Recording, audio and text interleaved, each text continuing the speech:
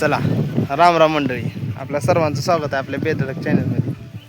तर तुम्ही सर्व बरेच असाल. आम्ही आलो बघा आज कुठं माहीत आहे शेतात. तर शेतात याचं कारण हे आहे, त्या दिवशी तूर कापून टाकलतो.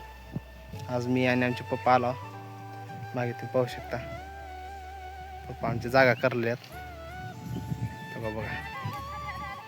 तर अशा पद्धतीनं आता इथून आम्ही मस्तपैकी थोडं का त्या दिवशी थोडं खाट टाकायचं राहील तर आपल्या शेंगावला. आता खाट टाकून घेतो एकदा. खाट टाकल्याच्या नंतर मग का जागा चालू आहे, तुम्ही पाहू शकता. तूर बडण्यासाठी जागा करल्यात. नंतर अशा पद्धतीनं तूर गोळा करता.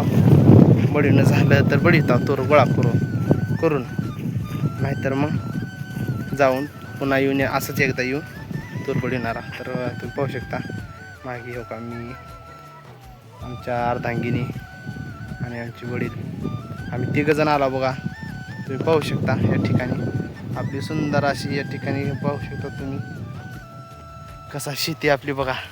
आपली शेती, आपली माणसं, हिरवीगार शेती. तुम्हाला सांगितल्याप्रमाणे शेती अवलंबून आहे ती फक्त निसर्गाच्या आणि पाण्याच्या जोरावर. चला, आणि शेतकऱ्याच्या कष्टावर आजची आपली ही जी शेती चालू आहे मित्रांनो.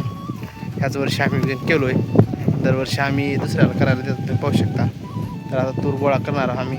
तूर गोळा करून लवकर झाली तर एकदा बघणार बडवून लवकर निघालं तर ठीक, नाही तर मग पुन्हा येऊन एका दिवशी आम्ही तुरी बळीणार. तर चला मित्रांनो, एकदा खात वगैरे मारून घेतो आणि आपल्या कामाला लागतो. तर आपला छोटासा ब्लॉग, शेतकऱ्याचा शेतकरी ब्लॉग कसा वाटला नक्की सांगा. परत एकदा आपल्या सर्वांचं बेधडक चॅनेलला सपोर्ट करा, सबस्क्राईब करा, आपल्या शेतकरी मित्राला मदत करा. चला, जय किसान, जय भारत, राम राम मंडळी.